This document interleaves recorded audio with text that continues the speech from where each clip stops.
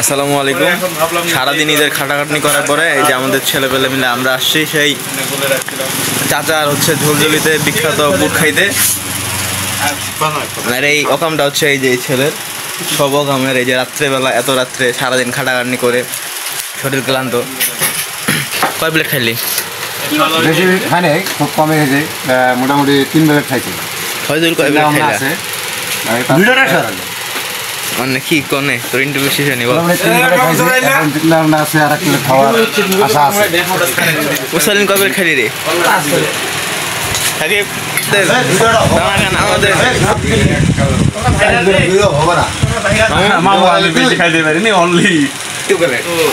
চাচা, এই যে আজকে যে ঈদের দিন গেল, তো সেই হিসাবে কতজন কাস্টমার বা আগের মতো কাস্টমার আসছে না, বেশি আসছে না কম আসছে? বেশি আসছে। তাও কিরকম দিনে সারাদিনে কতজন আসছে?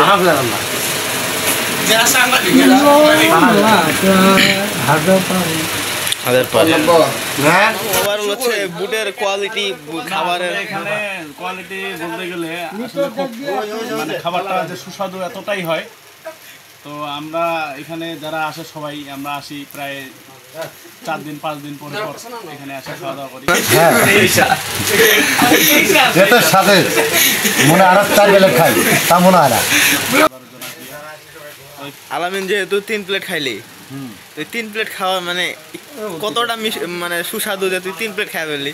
খুব স্বাদ, সেই স্বাদ না? তো ওভারঅল হচ্ছে যে এটা আপনার সাকোয়া থেকে ভিতরের দিকে প্রায় 2-3 কিলোমিটার দূরে অবস্থিত। তো জায়গাটা মানে এতটাই বুট ভালো যে আপনার আজকে ঈদের দিন থাকা সত্ত্বেও মানুষ গরুর মাংস খাওয়ার পরেও ব্যাপক পরিমাণে মানুষ আসছে। এবং আপনার হচ্ছে যে আজকে সারাদিনে প্রায় চাচা হচ্ছে বললো 200-300 লোকের মতো তার আসছে বুট খাইতে। হাজার খানেক লোক আসছে বুট খাইতে। আপনারা চিন্তা করেন যে একটা ছোট্ট দোকান, আমি যদি আপনাদেরকে দোকানটা দেখাই, এটা একটা ছোট্ট দোকান। তো এই ছোট্ট দোকানে সারাদিনে 1000 লোক আছে, আবার সব হচ্ছে বাইরের লোক, মানে সব দূর দূর থেকে আসে। পঞ্চগড়, তেঁতুলিয়া, ঠাকুরগাঁ, এরকম দূর দূর থেকে লোক আসে।